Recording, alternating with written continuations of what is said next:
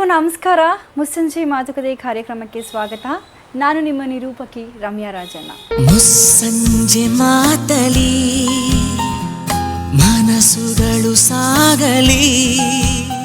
ಇವತ್ತಿನ ನಮ್ಮ ಮೊದಲ ಮುಸ್ಸಂಜೆ ಮಾತುಕತೆ ಕಾರ್ಯಕ್ರಮದಲ್ಲಿ ನಮ್ಮೊಟ್ಟಿಗೆ ವಿಶೇಷ ಒಬ್ಬ ಕಲಾವಿದರು ನಮ್ಮೊಟ್ಟಿಗಿದ್ದಾರೆ. ಇವತ್ತಿನ ದಿನ ಇರುಳು ಹಳೆಯ ರಸವಂತ ಚಿತ್ರಕಥೆಯಿಂದ ಉದಯಿಸಿದ ಕನ್ನಡದ ಪ್ರಸಿದ್ಧ ನಟ ವೈಜನಾಥ್ ಬಿರಾದರ್ ಸರ್. ನಮಸ್ಕಾರ ಸರ್. ನಮಸ್ತೆ.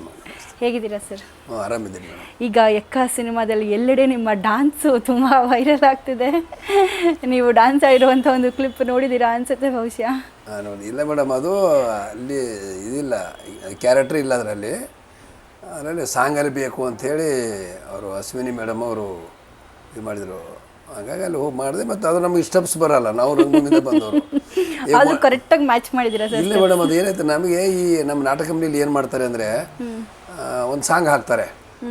ಯಾವುದೋ ಇಷ್ಟ ಆಯಿತು ಅಂದ್ರೆ ಜನ ಇಷ್ಟಪಡೋಕೆ ಏನು ಮಾಡ್ತಾರೆ, ನಮ್ಮ ಒಂದು ಹುಡುಗ ಹುಡುಗಿ ಯಾರು ಇರ್ತಾರೆ ಜೋಡಿ ಅವ್ರಿಗೆ ಹೇಳಿ ಅದು ಆ ಸಾಂಗ್ ನೋಡ್ಕೊಳ್ಳಿ ಡ್ಯಾನ್ಸ್ ಮಾಡಿ ಅಂತಾರೆ. ನಮ್ಗೆ ಆ ಥರ ರೂಢಿ. ನಮಗೆ 1 2 3 4 ಅಂದರೆ ನಮಗೆ ಸೆಟ್ ಆಗಲ್ಲ. ಅದಕ್ಕೆ ಅವರು ಮೇಡಮ್ ಅವರು ಅಂದ್ರೆ ನಿರೂಪಕಿಯವರು, ಸರ್ ನೀವು ಡ್ಯಾನ್ಸ್ ಮಾಡಿ ಅಂದ್ರೆ, ಇಲ್ಲ ಮೇಡಮ್ ನಾವು ಪ್ರಾಕ್ಟೀಸ್ ಮಾಡಿಲ್ಲ, ಆಗಲ್ಲ ಅದು, ಇಲ್ಲ ನೀವು ಚೆನ್ನಾಗಿ ಮಾಡ್ತೀವಿ ಹಂಗೂ ಮಾಡಿ ಅಂದರು. ಸುಮ್ಮನೆ ಅದು ಒಂದು ಏನು ಮ್ಯೂಸಿಕ್ ನೋಡ್ಕೊಂಡು ಮಾಡಿದ್ದೆ ಅಷ್ಟೇ. ನಿಮಗೆ ನೋಡಿ ಯುವರಾಜ್ ಕುಮಾರ್ ಅವರು ಕೂಡ ಹಂಗೆ ಮ್ಯಾಚ್ ಮಾಡ್ತಾರೆ ನಿಮ್ಮ ಡ್ಯಾನ್ಸ್ಗೆ. ಇಲ್ಲ ಅವರೆಲ್ಲ ಇದನ್ನು ಮತ್ತೆ ಹೀರೋ ಅಂದಮೇಲೆ ಮತ್ತು ಅವೆಲ್ಲ ಡ್ಯಾನ್ಸ್ ಕಲ್ತಿರ್ತಾರೆ, ಫೈಟ್ ಕಲ್ತಿರ್ತಾರೆ, ಕುದುರೆ ಈಜ ಎಲ್ಲವೂ ಕಲ್ತಿರ್ತಾರೆ. ಬಟ್ ಈಗ ನಮ್ಗೇನಂದರೆ ನಾವು ಬರೀ ಮ್ಯೂಸಿಕ್ ಸಿಂಕ್ ಮಾಡೋದು. ನಾವು ಈ 1 2 3 4 ನಮ್ಗೆ ಗೊತ್ತಾಗಲ್ಲ. ನಮಗೆ ಈ ರಂಗಭೂಮಿಯಲ್ಲಿ ಬಂದಾಗ ಸಾಕಷ್ಟು ಸಾರಿಗೆ ನಾವು ಶಿವಣ್ಣವ್ರದ್ದೇ, ನಾನು ನಂಜುಂಡಿ ಅಂತ ಒಂದು ಸಿನಿಮಾ ಮಾಡಿದೆ.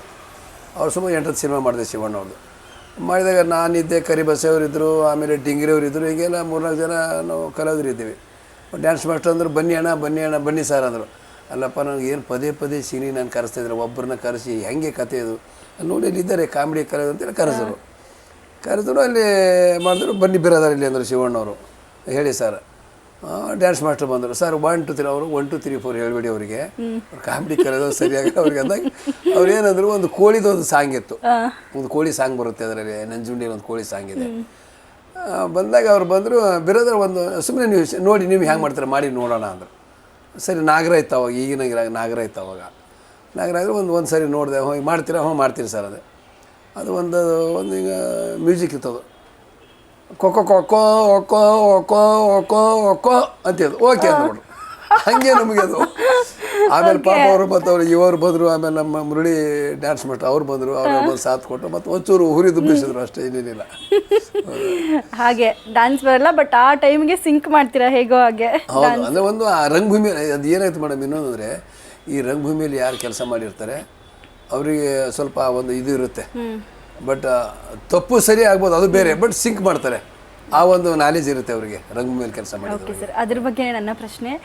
ರಂಗಭೂಮಿಯ ನಿಮ್ಮ ಪಯಣದ ಬಗ್ಗೆ ಹೇಳೋದಾದರೆ ಹೇಗೆ ಶುರು ಆಯಿತು? ಇಲ್ಲ ಮೇಡಮ್, ನಾನು ಮೊದಲು ಊರಲ್ಲಿದ್ದೆ. ಊರಲ್ಲಿದ್ದಾಗ ಹಿಂಗೆ ಚಿಕ್ಕ ವಯಸ್ಸಿಂದ ನಾಟಕ ಅದು ಇದು ಸ್ವಲ್ಪ ಅದು ಗೀಳಿತ್ತು. ಆಮೇಲೆ ರಂಗಭೂಮಿ ಸೇರಿದೆ. ಮತ್ತು ಆ ರಂಗಭೂಮಿಯಲ್ಲಿ ಹೆಂಗಿರ್ತಾನೆ ಮೇಡಮ್, ಅಲ್ಲಿ ಕರೆಕ್ಟಾಗಿ ನಾವು ಇದರಲ್ಲೇ ಜೀವನ ಮಾಡಬೇಕನ್ನೋರಿಗೆ ಎಲ್ಲವೂ ಸಿಗುತ್ತೆ ಅಲ್ಲಿ. ಓಕೆ. ರಂಗಭೂಮಿ ಹೇಗಿದೆ ಅಂದರೆ ಎಲ್ಲವೂ ಇದೆ ಇಲ್ಲಿ. ಅಲ್ಲಿ ಊಟ ಅಂದರೆ ಏನು, ಸಮಯ ಅಂದರೆ ಏನು, ಪ್ರೀತಿ ಅಂದರೆ ಏನು, ನಿದ್ರೆ ಅಂದರೆ ಏನು, ಕಲೆ ಅಂದರೆ ಏನು, ಮತ್ತು ಎಲ್ಲ ಪಾತ್ರಗಳು ನಮ್ಗೆ ನೋಡ್ಲಿಕ್ಕೆ ಸಿಗ್ತವೆ. ಈಗ ನಾವು ಹಾಸ್ಯ ಮಾಡ್ತೀವಿ, ವಿಲನ್ ಮಾಡಿರ್ತೀವಿ, ಅವ್ರನ್ನೂ ನಾವು ನೋಡ್ಬೋದು.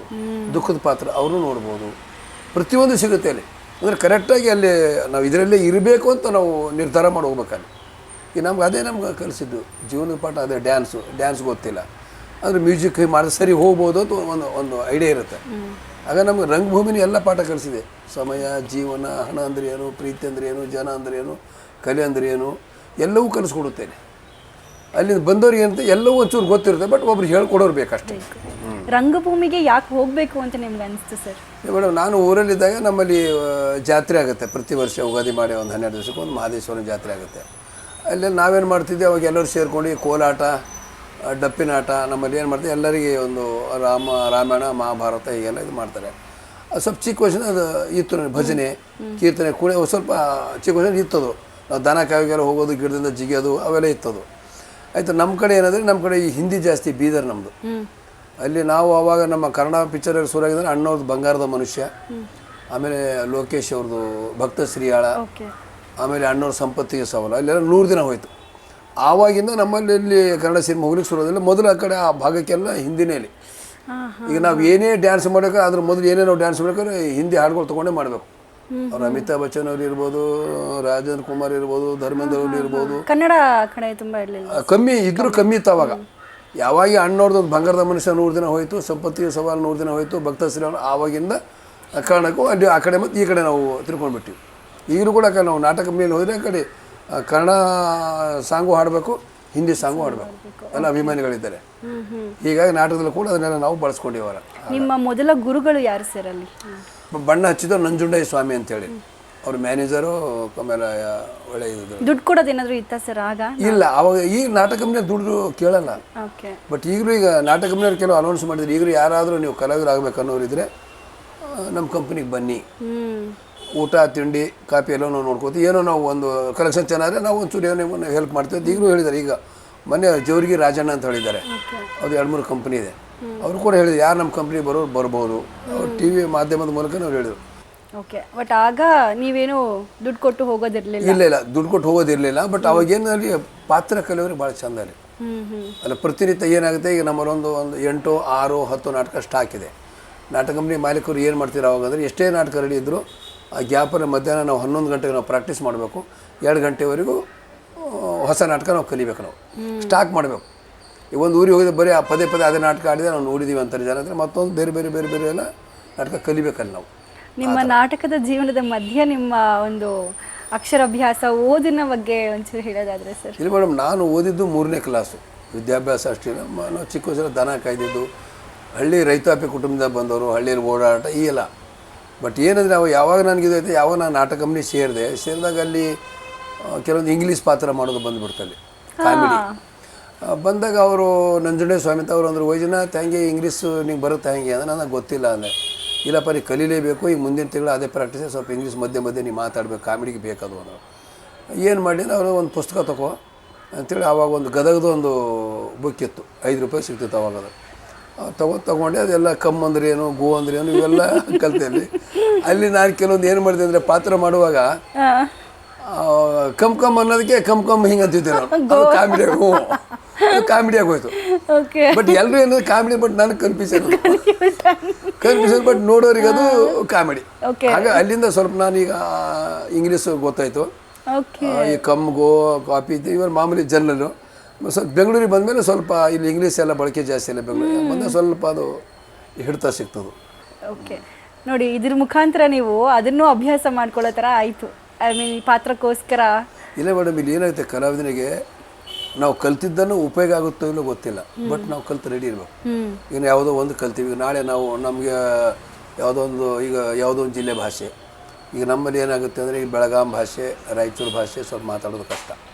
ಆಮೇಲೆ ಚಾಮರಾಜನಗರ ಭಾಷೆ, ಕೊಳ್ಳೇಗಾಲ ಭಾಷೆ ಇವೆಲ್ಲ ಹೇಗಿದೆ ಅಂದರೆ ಪದ ಬಳಕೆ, ಗ್ರಾಮೀಣ ಪದ ಬಳಕೆ ಇದೆ. ಪದ ಬಳಕೆ ಇದ್ದಾಗ ಏನಾಗುತ್ತೆ ಅಂದರೆ, ಅಲ್ಲಿ ನಾವು ಕೂಡ ನಾವು ಗಮನದಲ್ಲಿ ಇಟ್ಕೊಂಡಿವಿ ಅಂದರೆ, ಈಗ ಹಂಗೆ ಐತಿ, ಇದಕ್ಕೆ ಹಂಗೆ ಐತಿ. ಯಾವುದು ಟಗರು ಪಲ್ಯ ಮಾಡಿದೆ. ಟಗರು ಪಲ್ಯ ಮಾಡ್ಕೊಂಡು ಡೈರೆಕ್ಟರ್ ಅಂದರು, ಉಮೇಶ್ ಅವರು ಅಂತೇಳಿ, ಅವ್ರು ಅಂದರು, ಅಣ್ಣ ನಿಂಗೆ ಮಂಡ್ಯ ಭಾಷೆ ಬರುತ್ತಾ? ಸ್ವಲ್ಪ ಎಲ್ಲ ಗೊತ್ತೇ, ಬಟ್ ಗ್ರಾಮೀಣ ಭಾಷೆ ನಂಗೆ ಸ್ವಲ್ಪ ಗೊತ್ತಾಗಲ್ಲ. ಏನೋ ಹೇಳ್ಕೊಡ್ತೀನಿ ಅಣ್ಣ ಅಂದರು. ಪಕ್ಕ ಆ ಭಾಷೆನೇ ಇದು ಮಾಡಿದ್ರು. ಅಣ್ಣ ಚೆನ್ನಾಗಿ ಮಾತಾಡ್ತೀರಿ ನೀವು. ನಮಗೆ ಸ್ವಲ್ಪ ಅದು ಗಮನ ಇತ್ತಲ್ಲ, ಗಮನ ಇದ್ದ ಸಂಬಂಧ ನಮಗೆ ಬೇಗ ಹತ್ತಿರ ಆಯಿತು. ಈಗ ನಮ್ಮಲ್ಲಿ ಒಂದು ಸಾರಿ ನಾನು ಒಂದು 10 ವರ್ಷದಿಂದ ತೀರ್ಥಹಳ್ಳಿರೋ ಒಂದು ನಾಟಕ ಕಂಪ್ನಿಗೆ ಹೋಗಿದ್ದೆ ನಾನು. ಓಬ್ಳೇಶ್ ಅಂತ ಹೇಳಿದ್ರಿ, ಗುಬ್ಬಿ ವೀರಣ್ಣ ರಂಗಮಂದಿರದಲ್ಲಿ ಮೊನ್ನೆ ಇದು ಮಾಡಿದ್ರು. ಅದಾಗ ಅವರು ಒಳ್ಳೊಂದು ಮಾಣಿ ಪಾತ್ರ ಬರುತ್ತೆ, ಕೊಂಡು ತಂದ ಗಂಡ ಅಂತೇಳಿ ನಾಟಕ, ವರದಕ್ಷಿಣೆ ಸಬ್ಜೆಕ್ಟು. ಹೋದಾಗ ಅಲ್ಲೆಲ್ಲ ನಾವು ಪೂರ್ತಿ ನಾವು ಉಡುಪಿ ಭಾಷೆನೇ ಮಾತಾಡಬೇಕು. ಆ ಕಡೆ ಮಾಣಿ ಅಂತೇಳಿ, ಹೋಟೆಲ್ ಮಾಣಿ ಸಪ್ಲೈಯರ್ ಅವರು ಮಾತಾಡಿದಾಗ ಅವರು ನಮ್ಮ ಜ್ಞಾನೇಶ್ವರ್ ಅಂತೇಳಿ ಮಿನಿಸ್ಟ್ರಿ ಇದ್ರಲ್ಲ, ಗೃಹ ಮಂತ್ರಿಗಳು, ಅವ್ರು ಉದ್ಘಾಟಕರಾಗಿ ಬಂದಿದ್ರು. ಬಂದಾಗ ಒಂದು 4 ಸೀನ್ ಮಾಡಿದ್ವಿ. ಮಧ್ಯದಲ್ಲಿ ಬಂದವರ ಸನ್ಮಾನ ಸಮಾರಂಭ ಇತ್ತು. ಬಂದು ಅವ್ರು ಹೇಳಿದ್ರು, ಇಲ್ಲಿ ಇವರು ಇದ್ದಾರಲ್ಲ ಮಾಣಿಪ, ತುಂಬ ಚೆಂದ ಮಾತಾಡಿದರು. ಮತ್ತು ಅಲ್ಲಿ ನಮ್ಮ ಗ್ರಾಮೀಣ ಭಾಷೆ ಎಲ್ಲ ಉಂಟಲ್ಲ, ಅದು ನಮ್ಮ ತಂದೆ ತಾಯಿ ಆ ಪದ ಬಳಕೆ ನನಗೆ ತುಂಬ ಇಷ್ಟ ಆಯಿತು. ನೋಡಿ ಎಷ್ಟು ಚೆಂದ ಇವೆಲ್ಲ, ನಮಗೆ ನೆನಪಿಲ್ಲ, ನಾವು ಸ್ವಲ್ಪ ಸಿಟಿ ಹಿಂಗೆಲ್ಲ ಏನೋ ಹೇಳಿದ್ರು. ಆಮೇಲೆ ಅಂದರು, ಮತ್ತು ಇವ್ರದ್ದು ಉಡುಪಿನೇ ಇರಬೇಕು ಅಂದರು. ಅವ್ರು ನಮ್ಮ ಓಬ್ಳೇಸ್, ಇಲ್ಲ ಸರ್ ಅವ್ರು ಬೀದರು ಅಂದರು. ಬೀದರ್ ಅಂದರೆ ಇಲ್ಲ ಸುಳ್ಳು ಇದು ಅದು ಹೆಂಗೆ ಆಗ್ತದೆ ಅಂತ. ಇಲ್ಲ ಸರ್ ಅವ್ರು ಬಿರಾದ ಬೀದರ್ದವ್ರು ಸರ್. ಮತ್ತೇನು ಇಷ್ಟು ಚೆಂದ ಮಾತಾಡ್ತಾರೆ ಅವರು, ನೋಡಿ ಅದು ಹೇಗೆ, ನೋಡಿ ಕಲಾವಿದರಿಗೆ ಹೇಗೆ ಅದು ಸಿಗುತ್ತದೆ. ಹಾಗೆ ಮೇಡಮ್ ಇಲ್ಲಿ ಏನಿದೆ ಅಂದರೆ ನಾವು ಕಲ್ತೀವಿ ಅಂದರೆ ನಾಳೆ ಯಾವುದೋ ಪಾತ್ರ ಈಸಿ ಆಗುತ್ತೆ ನಮಗೆ. ಆಗುತ್ತೆ. ಡೈರೆಕ್ಟ್ರ್ ಅವರು ಹೇಳ್ಕೊಡೋದು ತಪ್ಪುತ್ತೆ, ಬಟ್ ನಮಗೂ ಏನಾಗುತ್ತೆ ಹೇಳ್ಕೊಡೋಕ್ಕಿದ್ರು ನಮಗೂ ಕಲಿಗೆ ಈಸಿ ಆಗುತ್ತೆ ನಮಗೆ. ಹಾಗಾಗಿ ನಾನು ಪ್ರತಿಯೊಂದು ಭಾಷೆನ ಯಾವುದೇ ಭಾಷೆ ನಾನು ಏನು ಮಾಡ್ತೀನಿ ಸುಮ್ಮನೆ ಗಮನ ಕೊಡ್ತೀನಿ. ನಾಳಿದ್ದು ಎಲ್ಲೋ ನನಗೆ ಸಿಗ್ಬೋದು, ಸಿಗಲಿಕ್ಕಿಲ್ಲ ಆದರೆ ಸ್ಟಾಕ್ ಇರಲಿ ಅನ್ನೋ ಉದ್ದೇಶದಿಂದ ಮಾತಾಡ್ತೀನಿ. ಓಕೆ ಸರ್, ನಿಮ್ಮ ಕಲಾವಿದನ ಜೀವನಕ್ಕೆ ಒಂದು ದೊಡ್ಡ ತಿರುವು ಕೊಟ್ಟಿದ್ದು ಅನಂತನಾಗ್ ಸರ್ ಅನ್ನೋ ಒಂದು ವಿಚಾರ ಇದೆ. ಅನಂತನಾಗ್ ಸರ್ ನಿಮ್ಮ ಜೀವನಕ್ಕೆ ಎಷ್ಟು ಮುಖ್ಯ ಪಾತ್ರವಾಗಿದ್ದರು? ಇಲ್ಲ ಮೇಡಮ್, ನಾನು ಆವಾಗ ನಾಟಕ ಕಂಪ್ನಿಯಲ್ಲಿದ್ದೆ. ಬೀದರಲ್ಲಿ ಒಂದು ಬರ ಸಿನಿಮಾ ನಡೀತಾ ಇತ್ತು. ಸಿನಿಮಾ ನಡೆಯುವಾಗ ನಾನು ಅಲ್ಲಿ ಊರಿಗೆ ಬಂದಾಗ ಎಲ್ಲ ನಮ್ಮವ್ರಿಗೆಲ್ಲ ಗೊತ್ತಾಗಿದೆ ಅಂದರೆ ಮತ್ತೆ ಒಂದು ಶೂಟಿಂಗ್ ಮಾಡ್ತಾಯಿದ್ದಾರೆ, ಮತ್ತು ಅಲ್ಲಿ ಹೋಗಿ ಏನಾದ್ರು ಅವಕಾಶ ಸಿಗ್ಬೋದು ನಿಮಗೆ. ನಮ್ಮ ಸ್ನೇಹಿತರು ಹೇಳಿದ್ರು, ಹೋಗಿ ಅಲ್ಲಿ ಪರಿಚಯ ಮಾಡಿಕೊಂಡೆ. ಪರಿಚಯ ಮಾಡಿಕೊಂಡು ನನಗೆ ಮರಾಠಿ, ಹಿಂದಿ ಎಲ್ಲ ಬರುತ್ತೆ ನನಗೆ. ಬಂದಾಗ ಅವರು ಬಿಸಿಲು ಬಗ್ಗೆ ಏನೋ ಮಾತಾಡ್ತಾಯಿದ್ರು ಮರಾಠಿಯಲ್ಲಿ. ಇಲ್ಲಿ ಬಿಸಿಲು ಜಾಸ್ತಿ ಇದೆ ಮಸದ. ನಾನು ಮಧ್ಯೆ ಹೋಗಿ ಮರಾಠಿ ಮಧ್ಯ ಪ್ರವೇಶ ಮಾಡಿ, ಸರ್ ನನ್ನ ಹೆಸರು ಒಳ್ಳೆ ಮೊಸರು ತಂದು ಕೊಡ್ತೀನಿ ಸರ್ ನಿಮಗೆ. ಬಿಸಿಲಿಗೆ ಇಲ್ಲಪ್ಪ ಹಂಗಲ್ಲ, ನಾವು ಸುಮ್ಮನೆ ಮಾತಾಡ್ತಾ ಇಲ್ಲ ಸರ್ ಅಂತೇಳಿ. ನಮ್ಮ ತಾಯಿ ತವ್ರ ಮನೆ ಕಪಿಲಾಪುರಿ ಅಂತ, ಅಲ್ಲಿಂದ 12 ಕಿಲೋಮೀಟ್ರು. ಸೈಕಲ್ ಮೇಲೆ ಒಂದು 2-3 ಲೀಟರ್ ಸೈಕಲ್ ಮೇಲೆ ಕ್ಯಾನ್ ತಂದು ಎಲ್ಲ ಕೊಟ್ಟೆ. ತುಂಬ ಚೆನ್ನಾಗಿತ್ತು. ನೀರು ಹಾಕ್ಲಿಕ್ಕೆ ಬಿಡಲಿಲ್ಲ ನಮ್ಮ ಅಜ್ಜಿಗೆ. ನಾನು ಹೇಳಿದೆ, ಇವರು ಕೇಳಿದ್ರೆ ಅಜ್ಜಿ ಮೊಸರು ಅಂತ ಹೇಳಿದ್ರೆ ಅವರು ನೀರೇ ಹಾಕಲಿಲ್ಲ. ಅವರು ಹಿಂಗೆ ಹಿಡಿದ್ರೆ ಹಿಂಗೆ ತಿನ್ಬೋದು, ಆ ಥರ ಇತ್ತು ಅದು. ಆದಾಗ ಅವರು ಡೈರೆಕ್ಟ್ರ್ ಅವರೆಲ್ಲ ಏನು ರೀ ಮೊಸರು ಇಷ್ಟು ಚೆನ್ನಾಗಿದೆ ಅಂತಂದ್ರೆ ಅವರು ಅನಂತನಾಗ್ ಅವರು, ಸರ್ ಇವರು ಅಷ್ಟೊತ್ತಿಗೆ ನಾನು ಹೇಳಿದ್ದೆ, ನೀವೇನು ಕೆಲಸ ಮಾಡ್ತೀರ ಕಲಾವಿದ ಅಂತ ಹೇಳಿದ್ದೆ. ಇಲ್ಲ ಸರ್ ವೈಜನಾಥ್ ಅಂತೇಳಿ ಕಲಾವಿದರು ಸರ್ ಅವರು, ಪಾಪ ನಿನ್ನೆ ಏನೋ ಮಧ್ಯ ಪ್ರವೇಶ ಮಾಡಿ ಪರಿಚಯ ಮಾಡಿಕೊಂಡ್ರು. ಮೊಸರು ಇಲ್ಲೇನೋ ಅವ್ರದ್ದು ಇಲ್ಲ ತಾಯಿ ತವ್ರ ಮನೆ ತಂದು ಕೊಟ್ಟಿದ್ದಾರೆ ಅಂದರೆ. ಹೌದಾ ಸರ್, ನೋಡಿ ಒಂದು ಯಾರೋ ಒಂದು ಅವಕಾಶ ಕೊಡಿ ಸರ್ ಕಲಾವಿದ್ರು ಅಂತ ಅಂದಾಗ ಮತ್ತು ಅವರು ಒಂದು ಪಾತ್ರ ಕೊಟ್ಟರು, ಚಿಕ್ಕ ಪಾತ್ರ, ರೈತನ ಪಾತ್ರ. ಮತ್ತು ಅಲ್ಲಿ ಲೊಕೇಶನಲ್ಲಿ ನಾನು ಹೆಲ್ಪ್ ಮಾಡಿದೆ. ಸ್ವಲ್ಪ ನಾಲೆಜ್ ಇತ್ತು, ನಾಟಕ ಮುಗಿದಾಗ ನಾಲೆಜ್ ಇತ್ತು. ಮತ್ತು ಅಲ್ಲಿ ಯಾವುದೋ ಒಂದು ಮನೆಗಳು ಸುಡೋ ಒಂದು ಸೀನ್ ಇತ್ತು. ಬೇಕಂದಾಗ ಇಲ್ಲಿದೆ ಸರ್ ಮತ್ತು ಪರಿಚಯ ಮಾಡಿಸ್ಕೊಟ್ಟೆ. ಎತ್ತಿಗಾಡಿಯೆಲ್ಲ ಅಲ್ಲಿ ನಾನು ಹೇಳ್ಬೋದು. ಅಲ್ಲಿಂದ ನಮ್ಮ ಜರ್ನಿ ಶುರು ಆಯಿತು ಸಿನಿಮಾ. ಅಲ್ಲಿ ಬಂದ ಮೇಲೆ ಕೂಡ ನಾಟಕ ಕಂಪ್ನಿಯಲ್ಲಿದ್ದೆ ನಾನು. ಮತ್ತು ತಿರ್ಗಾ ನಮಗದು ಸಿನಿಮಾ ರಂಗ ಬಂದರೆ ಶಂಖನಾದ 84-85 ಶಂಖನಾದ ಅಂತೇಳಿ ಅರವಿಂದ್ ಅವ್ರ ಹೀರೋ. ಅದಕ್ಕೆ ಈಗ 84ರಿಂದ ನಮ್ಮ ಸಿನಿಮಾ ಜರ್ನಿ ಶುರುವಾಗಿದೆ. ಬಟ್ ಆ ಒಂದು ಭರ ಚಿತ್ರದಲ್ಲಿ ನಿಮ್ಮ ಒಂದು ಸಣ್ಣ ಪಾತ್ರ, ಈಗ ಅನಂತನಾಗ್ ಸರ್ ಬರ್ತಾರೆ, ನೀವು ಈ ಕಡೆ ಏನೋ ಬರ್ತೀರಾ, ಆ ಪಾತ್ರ ಇವತ್ತು ನೋಡಿದಾಗ ಡೈಲಾಗ್ ಎಲ್ಲ ನೀವು ಹೇಳಿರೋದು ತುಂಬ ಹೊಸಬ ಅನ್ಸುತ್ತಲ್ವ ಸರ್? ಆಗ ಫಸ್ಟ್ ಆಯ್ತು. ಆಮೇಲೆ ನಮ್ಗೆ ಏನಾಗುತ್ತೆ, ನಮಗೆ ಅಲ್ಲಿ ನನಗೇನಾಗಿತ್ತು ಅಂದರೆ ನಾಟಕ ಕಂಪ್ನಿಯಲ್ಲಿ ಬಂದಾಗ ಈ ಹುಬ್ಳಿ ಭಾಷೆ, ಧಾರವಾಡ ಭಾಷೆ ಕಲ್ತಿದ್ದೆ ನಾನು. ಬಟ್ ಅವ್ರಿಗೇನು ಬೇಕು, ಅವರಿಗೆ ಬೀದರ್ ಭಾಷೆ ಬೇಕು. ಅದು ಕತೆ ನಡೆದಿದ್ದು ಬೀದರಲ್ಲಿ 72ನೇ ಅದು ಬರ ಅಂತೇಳಿ. ಅದು ಬರಗಾಲದಲ್ಲಿ ನೀರಿಲ್ಲ, ದನಗಳ ಮೇವು ಇರಲಿ, ಹಿಂಗಾಗ ಅವರಿಗೆ ಬೀದರ್ ಭಾಷೆ ಬೇಕು. ನನಗೇನಂದರೆ ಸಿನಿಮಾ ಅಲ್ವಾ ಅಂತ ನನಗೆ ಹಿಂಗೆ ಕನ್ಫ್ಯೂಷನಲ್ಲಿ. ಇಲ್ಲ ಅವರು ಇಲ್ಲ ನಿಮ್ಮ ಬೀದರ್ ಭಾಷೆನೇ ಮಾತಾಡಿದ್ರೆ. ಮತ್ತು ಅಲ್ಲಿಂದ ಒಂದು ಸಣ್ಣ ಒಂದು ಡೈಲಾಗ್ ಇತ್ತು. ಅಲ್ಲಿ ಬಂದಮೇಲೆ ಇಲ್ಲಿಂದ ಅಂದರೆ ಕಂಟಿನ್ಯೂ ಅಂದರೆ ಶಂಖನಾದ 84ನೇ ಇಸ್ವಿಯಿಂದ ಕಂಟಿನ್ಯೂ ಹೀಗೆ ಶುರುವಾಯಿತು ಅನಂತನಾಗ್ ಸರ್. ಇವತ್ತಿಗೂ ಅನಂತನಾಗ್ ಸರ್ ನಿಮಗೆ ಏನಾದ್ರು ಹೇಳೋದಿದೆಯಾ? ಇಲ್ಲ ಮೇಡಮ್, ಈಗ ಅಂದರೆ ನಾನು ಅವ್ರ ಮನೆಗೆ ಒಂದು 2-3 ಸರಿ ಆವಾಗ ಹೋಗಿದ್ದೆ. ಭಾಳ ಬ್ಯುಸಿ ಇದ್ರು ಅವರು. ಆಯಿತು, ನಾನು ಏನೋ ಕೆಲಸ ಇದ್ದರೆ ಹೋಗ್ತೀನಿ, ಯಾರ್ದಾರ ಮೇಲೆ ಸುಮ್ಮನೆ ಹೋಗಲ್ಲ. ಸುಮ್ಮನೆ ಹೋಗೋದು ಬರೋದು ಚೆನ್ನಾಗಿರಲ್ಲ. ಅವ್ರದ್ದೇನು ಕೆಲಸ ಇರ್ತದೆ, ಸುಮ್ಮನೆ ಮಧ್ಯೆ ಹೋಗಿ ಸುಮ್ಮನೆ ಬಂದೆ ಸರ್ ಅನ್ನೋದು ಅವೆಲ್ಲ ಚೆನ್ನಾಗಿರುತ್ತೆ. ನಾನು ಏನೋ ಈಗ ನಾವು ಜಾಸ್ತಿ ನಾವು ಭೇಟಿಯಾಗೋದ್ರೆ ಇಲ್ಲ ಕಾರ್ಯಕ್ರಮ, ಶೂಟಿಂಗು, ಡಬ್ಬಿಂಗು, ಅಥವಾ ಏನೊಂದು ಮದುವೆ ವೇದಿಕೆ, ಯಾವುದಾದ್ರು ಒಂದು ನಮ್ಮ ಕನ್ನಡ ಸಂಘದ ವೇದಿಕೆ ಅಂತ ನಾವು ಭೇಟಿಯಾಗ್ತೀವಿ ಅಷ್ಟೇ. ವೀಕೆಂಡ್ ವಿತ್ ರಮೇಶಲ್ಲಿ ತುಂಬ ಅದ್ಭುತವಾಗಿ ಅನಂತನಾಗ್ ಸರ್ ನಿಮ್ಮ ಬಗ್ಗೆ ಹೇಳ್ತಾರೆ, ಅದೊಂದು ವಿಡಿಯೋ ಬೈಟ್ ಕೊಟ್ಟಿರ್ತಾರೆ. ಓಕೆ ಸರ್, ನಿಮ್ಮ ಫೇಮಸ್ ಡೈಲಾಗ್ ಸರ್, ಅದು ಚೆನ್ನಾಗಿದ್ದೀರಾ? ಫೇಮಸ್ ಡೈಲಾಗ್ ಅದು ಇದು ಒಂದು ಅಳಿಯಲ್ಲ ಮಗಳ ಗಂಡ. ಅದರಲ್ಲಿ ಜಗ್ಗೇಶ್ ಅವ್ರ ಹೀರೋ. ಬಟ್ ಅದರಲ್ಲಿ ಏನಾಯಿತು ಅಂದರೆ ಅದು ಆ ಪಾತ್ರ ಮಾಡಬೇಕಾದ್ರೆ ಡ್ರೆಸ್ ಬಗ್ಗೆ ಬಂತು. ಡ್ರೆಸ್ ಯಾವ್ದು ಹಾಕಬೇಕು ಇದಕ್ಕೆ ಅಂತ ಬಂದಾಗ ಕೊನೆಗೆ ಅಲ್ಲಿ ಡ್ರೆಸ್ ಬಂದಾಗ ಅವ್ರು ಕ್ಯಾಮ್ರಾಮನ್ ಅಂಥೇಳಿ ಇದರಲ್ಲಿ ಅವ್ರು ಹೇಳಿದ್ರು, ಬಿರಾದರ್ ಅವರೇ ಇದಕ್ಕೆ ನಾನೊಂದು ಐಡಿಯಾ ಹೇಳ್ತೀನಿ, ನೀವು ಡ್ರೆಸ್ ಹಾಕ್ತೀರಾ? ಹೇಳಿ ಸರ್ ಹಾಕ್ತೀನಿ. ನಾನು ಹೇಳಿದ ಮೇಲೆ ನೀವು ಹಾಕಲೇಬೇಕಿಲ್ಲ, ನಾನು ಹೇಳಲ್ಲ, ಹೇಳಿ ಸರ್ ಅದು. ಅನಂತನಾಗ್ ಅವ್ರ ಕುಲಪುತ್ರ ಸಿನಿಮಾ ನೋಡಿದ್ದೀನಿ ಸರ್. ಆ ಥರ ಡ್ರೆಸ್ ಹಾಕಬೇಕು ನೀವು. ಯಾಕೆ ಅದು ಏನಂದರೆ ಸಿಂಬಲಿಕ್ ಅಂದರೆ ಒಂದು ದೂರ ಒಂದು ಕಿಲೋಮೀಟರ್ ಮೈ ವಾಸನೆ ಬರುತ್ತೆ. ಸ್ನಾನನೇ ಮಾಡಲ್ಲ ಅವನು. ಅದರ ಪ್ರತಿ ಉಗಾದಿಗೆ ಒಂದು ಸರಿ ಸ್ನಾನ ಮಾಡೋದು ಅವನು. ಆ ಥರ ವಿಶೇಷ ಪಾತ್ರ. ಹಾಗಾಗಿ ಅದು ತುಂಬ ಫೇಮಸ್ ಆಯಿತು. ಅಳಿಯಲ್ಲ ಮಗಳ ಗಂಡ ಚೆನ್ನಾಗಿದ್ದೀರಾ ಅಂತೇಳಿ ಒಳ್ಳೆ ಫೇಮಸ್ ಆಯಿತು ಅದು. ಅದು ಒಮ್ಮೆ ಹೇಳಿ ಸರ್ ಡೈಲಾಗ್ ಅದು. ಈಗ ನಾನು ಬರ್ತಾ ಇದ್ದಾಗ ಹೀರೋ ಜಗ್ಗೇಶ್ ಅವ್ರು ಬರ್ತಾರೆ. ಬರಾಗ ಅವ್ರಿಗೆ ಗೊತ್ತಾಗುತ್ತೆ ಸ್ವಲ್ಪ ನನ್ನ ಬೆಳಗ್ಗೆದು ಯಾರು ನನ್ನ ಮುಖ ನೋಡಿದ್ರು ಅವರಿಗೆ ಏನಾದ್ರು ಒಂದು ಅನಾಹುತ ಆಗುತ್ತೆ. ಹಾಗಾಗಿ ಅವ್ರು ಹಿಂಗೆ ಬರಬೇಕಾದ್ರೆ ಗೊತ್ತಾಗುತ್ತೆ, ಏನು ವಾಸನೆ ಬರ್ತಾಯಿದೆಯಲ್ಲ, ಎಲ್ಲೋ ಇವ್ರು ಬರ್ತಾಯಿದ್ದಾರೆ, ನಾನು ತಪ್ಪಿಸ್ಕೋಬೇಡ ಅಂದರೆ ಎದುರೇ ಬಂದುಬಿಡ್ತೀನಿ. ಎದುರು ಬಂತು ನಾನು ಹೇಳ್ತೀನಿ, ಚೆನ್ನಾಗಿದ್ದೀರಾ ಅಯ್ಯೋ ಇವನು ಬಂದುಬಿಟ್ಟ ಏನು ಮಾಡೋದು ಅಂತ ಅವ್ರದ್ದು, ಬಟ್ ಅವ್ರಿಗೆ ಅನಾಹುತ ಆಗುತ್ತೆ. ಅಂದರೆ ಒಳ್ಳೆ ಕ್ಯಾರೆಕ್ಟರ್. ಆ ಒಂದು ಪಾತ್ರ ಮಾತ್ರ ಎಷ್ಟೋ ಜನಕ್ಕೆ ಇವತ್ತಿಗೂ ನೆನಪಿದೆ ಸರ್. ಹೌದು ಮೇಡಮ್, ಹೌದು. ಎಷ್ಟೋ ಮನಗಳಿಗೆ ತಲುಪಿದೆ. ಎಷ್ಟೊಂದು ಜನ ಆ ಒಂದು ಡೈಲಾಗಿಂದನೇ ನಿಮ್ಮನ್ನ ಮಾತಾಡ್ಸಿದ್ದಾರೆ ಅಂತ ಅನ್ಕೋತೀನಿ. ಇಲ್ಲ, ಈಗಲೂ ಅಂತಾರೆ ಮೇಡಮ್. ಈಗಲೂ ನನಗೆ ಸುಮಾರು ಒಂದು 4-5 ಒಂದು ಕಬಾಬ್ ಅಂತೇಳಿ ಒಂದು ಕರೀತಾರೆ. ಆಮೇಲೆ ಓಮಲಿಗೆ ಮುಸ್ತಫಾ ಅಂತೇಳಿ ಒಂದು ಕರೀತಾರೆ. ಆಮೇಲೆ ಚೆನ್ನಾಗಿದ್ದೀರಾ ಅಂತೇಳಿ, ನಮಸ್ಕಾರ ಸರ್ ಅಂತೇಳಿ ಒಂದು 4-5 ಒಳ್ಳೆ ಕ್ಲಿಕ್ ಆಯ್ತು ಮೇಡಮ್. ಅದೆಲ್ಲ ಒಂದು 4-5 ಈಗಲೂ ಕೆಲವರು ಅವ್ರಿಗೆ ಯಾವ್ದು ಇಷ್ಟ ಇದೆಯೋ ಆ ಒಂದು ಭಾಷೆಯಿಂದ ಕರೀತಾರೆ ನನ್ನ ಈಗಲೂ. ಇವತ್ತಿಗೂ ನಿಮ್ಮ ಮನಸ್ಸಿನಲ್ಲಿ ಅಚ್ಚುಳಿದಂಥ ಒಂದು ಪಾತ್ರ ಅಂದರೆ ಯಾವುದು ಸರ್? ಇಲ್ಲ, ನಮ್ಮ ಕಲಾವಿದ್ರೆ ಹಂಗೆ ಇದು ಬರಲ್ಲ ಮೇಡಮ್. ನಮ್ಗೆ ಏನಾಗುತ್ತೆ ಅಂದರೆ, ನಾವು ಏನೇ ಪಾತ್ರ ಮಾಡಿದ್ರೂ ತೃಪ್ತಿ ಇರಲ್ಲ ಕಲಾವಿದನಿಗೆ. ನಾನು ಚೆನ್ನಾಗಿ ಮಾಡಿದ್ದೀನಿ ಅಂತ ಬರೋದೇ ಇಲ್ಲ. ಹೌದಾ? ಹೌದು. ಈಗ ಏನಾದರೂ ಈಗ ನಾವು ಮಾಡಿದ್ದೀವಿ ಅಂದ್ಕೊಳ್ಳಿ, ಡೈರೆಕ್ಟ್ರ್ ಹೇಳ್ತಾರೆ, ನಾವು ಮಾಡ್ತೀವಿ. ಎಲ್ಲೋ ಒಂದು ಕಡೆ ಸರಿ ತಪ್ಪು ಏನೋ ಆಗ್ಬೋದು. ನಾವು ಹಿಂಗೆ ನೋಡ್ತಾ ನಮ್ಮ ಸಿನಿಮಾ ನಾವು ನೋಡ್ತಾ ಇದ್ದಾಗ ನಮಗೆ ಚೆನ್ನಾಗಿ ಮಾಡಿದ್ದು ಬರೀ ಎಲ್ಲೂ ತಪ್ಪು ಮಾಡಿದ್ದೀನಿ ಅಂತ ಆ ಭಾವನೆ ಬರುತ್ತೆ. ಹೌದು. ನೋಡೋ ಪ್ರೇಕ್ಷಕರು ಅದು ಚೆನ್ನಾಗಿರ್ಬೋದು, ಬಟ್ ನನಗೇನಂದರೆ ಇಲ್ಲಿ ಹಿಂಗೆ ಮಾಡಬೇಕಾಗಿತ್ತಲ್ಲ, ಅದು ಒಳಗಡೆ ಇರುತ್ತೆ, ಹೇಳ್ಕೊಳಕ್ಕಾಗಲ್ಲ. ಬಟ್ ಚೆನ್ನಾಗಿ ಮಾಡಿದ್ದೀನಿ ಅಂತ ಕಲಾವಿದರಿಗೆ ಅನಿಸೋದಿಲ್ಲ, ಪ್ರೇಕ್ಷಕನಿಗೆ ಅನಿಸುತ್ತೆ. ಅದು ನೋಡೋರಿಗೆ ಅಥವಾ ನಮ್ಮ ಸ್ನೇಹಿತರಿಗೆ ಅವರಿಗೆಲ್ಲ ಅನಿಸುತ್ತೆ. ಡೈರೆಕ್ಟ್ರಿಗೆ ಅನಿಸ್ಬೋದು, ಕ್ಯಾಮ್ರಾ ಎಲ್ಲರಿಗೂ ಅನಿಸ್ಬೋದು. ಕಲಾವಿದನಿಗೆ ಅನಿಸಲ್ಲ. ಅದನ್ನು ಏನು ತಪ್ಪು ಮಾಡಿದೆ, ಇಲ್ಲಿ ಹಿಂಗೆ ಮಾಡೋದು ಚೆನ್ನಾಗಿರುತ್ತೆ, ಇಂಟರ್ನ್ಯಾಷನಲ್ ಅದು ಒಳಗಡೆ ಯಾರಿಗೆ ಹೇಳ್ಕೊಳಂಗಿಲ್ಲ, ಆ ಥರ ಆಗುತ್ತೆ. ಹಾಗಾದರೆ ಸರ್, ಈಗ ರೀಸೆಂಟ್ ನಿಮ್ಮದು ಯಕ್ಕದಲ್ಲಿ ಅದನ್ನು ಮತ್ತೆ ನೀವು ಪುನಃ ಅದ್ರಲ್ಲಿ ಕ್ಯಾಮ್ರಾದಲ್ಲಿ ನೋಡಿದಾಗ ನಿಮಗೆ ಏನು ಅನ್ನಿಸ್ತು? ಒಂದು ಇಲ್ಲ, ಖುಷಿ ಆಯ್ತು ಮೇಡಮ್. ನಾವು ಅವತ್ತು ಏನಾಯಿತು ಅಂದರೆ, ಮತ್ತು ಮಲ್ಲಿಕಾರ್ಜುನ್ ಅಂತ ಮ್ಯಾನೇಜರ್ ಇದ್ದಾರೆ. ಸರ್ ಬನ್ನಿ, ಒಂದು ಸಕ್ಸಸ್ ಆಗಿದೆ, ಒಂದು ಸಕ್ಸಸ್ ಬಿಟ್ಟು ಮಾಡ್ತಾಯಿದ್ದಾರೆ, ಬಂದುಬಿಡಿ ಅದನ್ನು. ಬಟ್ ಬಂದೆ ನಾನೇ ಸುಮ್ಮನೆ. ಈಗ ನಮ್ಮದೇ ಪಾತ್ರ ಇದ್ದಿಲ್ಲ, ಬಟ್ ನಾವು ಒಂದು ಚಿಕ್ಕ ಪಾತ್ರ ಮಾಡಿದ್ರೆ ಕರೆದಿದ್ದಾರೆ. ದೊಡ್ಡ ಮನೆ ಪ್ರೋಗ್ರಾಮ್ ಬಿಡೋಂಗಿಲ್ಲ ನಾವೆಲ್ಲ. ಫಸ್ಟ್ ನಾವಿಲ್ಲಿ ಸಿನಿಮಾ ನಾಟಕ ಬಂದೆ ಅಣ್ಣವರೇ ನಮಗೆ ಪ್ರೇರಣೆ. ಹಾಗಾಗಿ ನಮಗೊಂದೊಂದು ಖುಷಿ. ಹಾಗಾಗಿ ಅಲ್ಲಿ ಹೋದೆ, ಕೂತು ನಾನು ಸುಮ್ಮನೆ ನೋಡಿ ಹೋಗೋಣ, ಯಾರು ಬರ್ತಾರೆ, ಹೀರೋಯಿನ್ ಅವರು ಬರ್ತಾರೆ. ಹಿಂಗಂದೆ ಇಂಥ ಸಲ ಅವರು ಮೇಡಮ್ ಅವರು ನಿರೂಪಣೆ ಮಾಡೋರು ನನ್ನ ಹೆಸರು ಕರೆದ್ರು, ಬಿರಾದರ್ ಅವರೇ ಬನ್ನಿ ಬರಬೇಕು ಅಂತಂದ. ಹೋದೆ. ನಾನು ಏನು ಮಾತಾಡೋದು, ಯಾಕಂದ್ರೆ ಏನು ಅಲ್ಲಿ ಮಾತಾಡೋಕ್ಕೆ ಏನು ಅವಕಾಶ ಇಲ್ಲ.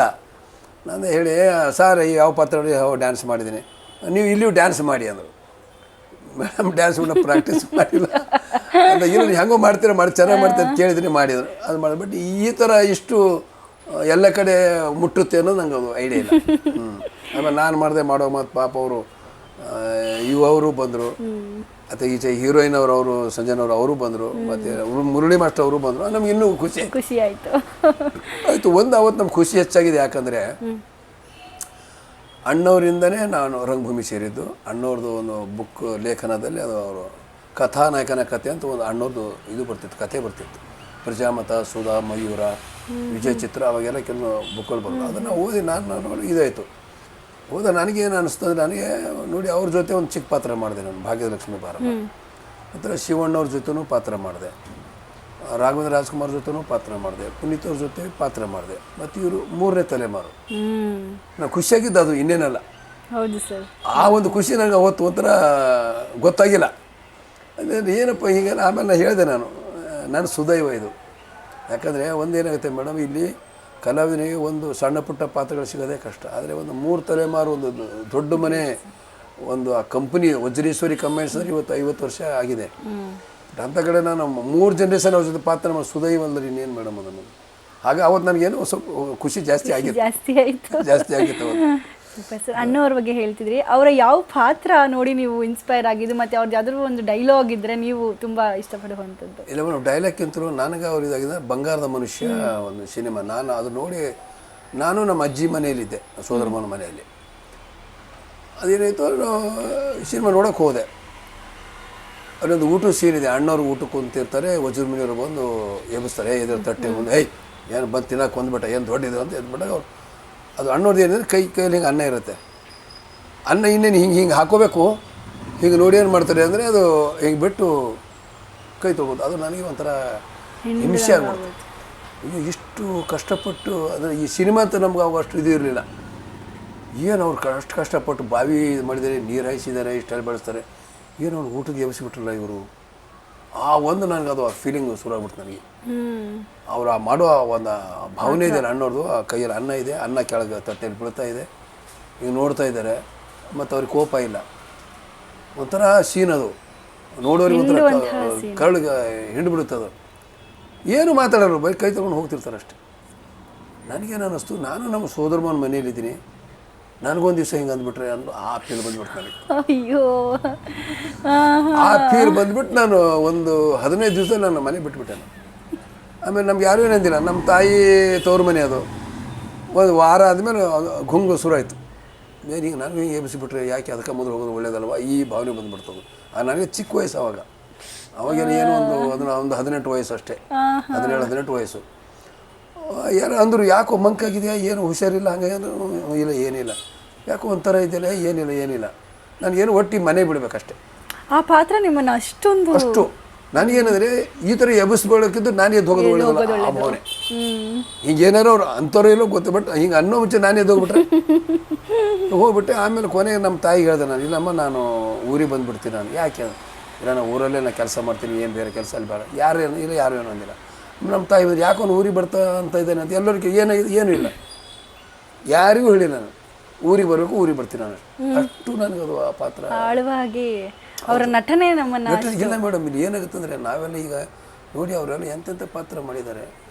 ಐತಿಹಾಸಿಕ, ಪೌರಾಣಿಕ, ಸಾತ್ವಿಕ ಪಾತ್ರ, ಶರಣರ ಪಾತ್ರ, ರಾಘವೇಂದ್ರ ಸ್ವಾಮಿ, ವೆಂಕಟೇಶ್ವರ, ಎಂತೆಂಥ ಪಾತ್ರ ಮೇಡಮ್. ಅದು ಯಾರಿಗೆ ಸಾಧ್ಯ ಅದವಲ್ಲ, ಅಷ್ಟೆಲ್ಲ ಪರಿಪೂರ್ಣತೆ ಸಿಗಲಿಕ್ಕೆ ಯಾರಿಗೆ ಸಾಧ್ಯ ಅದು ನೋಡಿ. ಏನಾದ್ರು ನಮ್ಮ ಕಲಾವಿದರಿಗೆ ಏನಾಗುತ್ತೆ ಅಂದರೆ, ಸರಸ್ವತಿ ಒಲ್ದರೆ ಲಕ್ಷ್ಮೀ ಸಿಗಲ್ಲ ಅಂತಾರೆ, ಬಟ್ ಅಣ್ಣವ್ರಿಗೆಲ್ಲವೂ ಸಿಕ್ಕಿದೆ. ಪ್ರತಿಯೊಂದವರು ಎಲ್ಲ ಅವ್ರಿಗೆ ಏನು ಒಬ್ಬ ಮನುಷ್ಯನಿಗೆ ಏನು ಸಿಗಬೇಕು ಎಲ್ಲವೂ ಸಿಕ್ಕಿದೆ. ಪರಿಪೂರ್ಣ ಕೀರ್ತಿ, ಸಂಪತ್ತು, ಮಕ್ಕಳು, ಸಂತಾನ, ಹೆಸರು, ಸಾಹಿತ್ಯ, ಹಾಡುಗಾರಿಕೆ ಎಲ್ಲವೂ ಇದು ಎಲ್ಲ ಕಲೆಯಲ್ಲಿ ಏನೇನಿದೆ ಎಲ್ಲವೂ ಅವ್ರಿಗೆ ಸಿಕ್ಕಿದೆ. ಕಲಾವಿದನಿಗೆ ಬೇಕಾದಂತಹ ಎಲ್ಲ ಅಂಶಗಳು ಅವರು ಒಬ್ಬರಿಗೆ ಸಿಕ್ಕಿದೆ, ಇನ್ಯಾರು ಸಿಕ್ಕಿಲ್ಲ. ಈಗ ನೋಡಿ ಎಷ್ಟು ಜನ ಕಲಾವಿದರು ಇದ್ದೀವಿ, ನಾವು ರಂಗಭೂಮಿಯಲ್ಲಿದ್ದೀವಿ, ಸಿನಿಮಾದಲ್ಲಿದ್ದೀವಿ, ಕೊರತೆ ಇದೆ. ಕೊರತೆ ಅಂದರೆ ಈಗ ನಾವು ಪಾತ್ರಗಳು ಮಾಡ್ತೀವಿ, ನಾವು ಬಾಡಿಗೆ ಮನೆಯಲ್ಲಿದ್ದೀವಿ, ಕೊರತೆ ಕಲಾವಿದನಿಗೆ ಅದು. ನನ್ನ ಹತ್ರ ಎಷ್ಟೋ ಜನ ಇದ್ದಾರೆ, ನಾನು ಬಾಡಿಗೆ ಮನೆಯಲ್ಲೇ ಇದ್ದೀನಿ. ಬಟ್ ಏನಂದರೆ ಎರಡೂ ಸಿಗೋದಿದೆಯಲ್ಲ, ಭಾರಿ ಕಷ್ಟ ಅದು. ಅವರು ಒಬ್ಬರಿಗೆ ದಕ್ಕಿದವು. ಇನ್ನೆಲ್ಲರಿಗೆ ಏನಾದರೂ ಒಂದು ಕೊರತೆ ಇದೆ. ಪರಿಪೂರ್ಣತೆ ಸಿಕ್ಕಿದವರು ಒಬ್ಬರಿಗೆ ಮಾತ್ರ.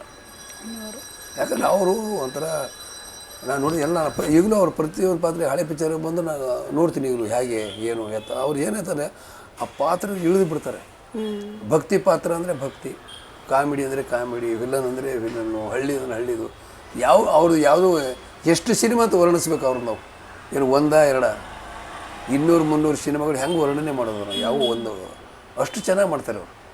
ನನಗೆ ಆ್ಯಕ್ಚುಲಿ ಅದು ಅವ್ರು ಯಾವುದೇ ಈಗಲೂ ಅವ್ರಿಗೆ ಬಂದರೆ ಇರಲಿ ಅಂತ ನಾನು ಇರಲಿ ನೋಡೋಣ ಅಂದರೆ ಹೇಗೆ ಏನು ಯಾವ ಆಧಾರ ಮೇಲೆ ಅವರು ಪಾತ್ರ ಮಾಡ್ತಾರೆ, ಹೆಂಗೆ ಮಾಡ್ತಾರೆ, ಎಲ್ಲಿ ನಿರಾಸೆ, ಎಲ್ಲಿ ಕೋಪ, ಎಲ್ಲಿ ನಗು, ಅವೆಲ್ಲ ಹೇಳ್ಕೊಟ್ರೆ ಬರೋವಲ್ಲ ಅವೆಲ್ಲ ನಾವೇನಂದರೆ ನಾವು ಯಾವಾಗ ನಾವು ಶೃಂಗೇರಿ ಶಾರದೆಗೆ ಶರಣ ಆಗ್ತೀವೋ ಆವಾಗ ಆ ಮಾತೆ ನಮಗೆ ಆಶೀರ್ವಾದ ಮಾಡ್ತಾಳೆ ಕಲಾವಿದರಿಗೆ ಅಷ್ಟೇ.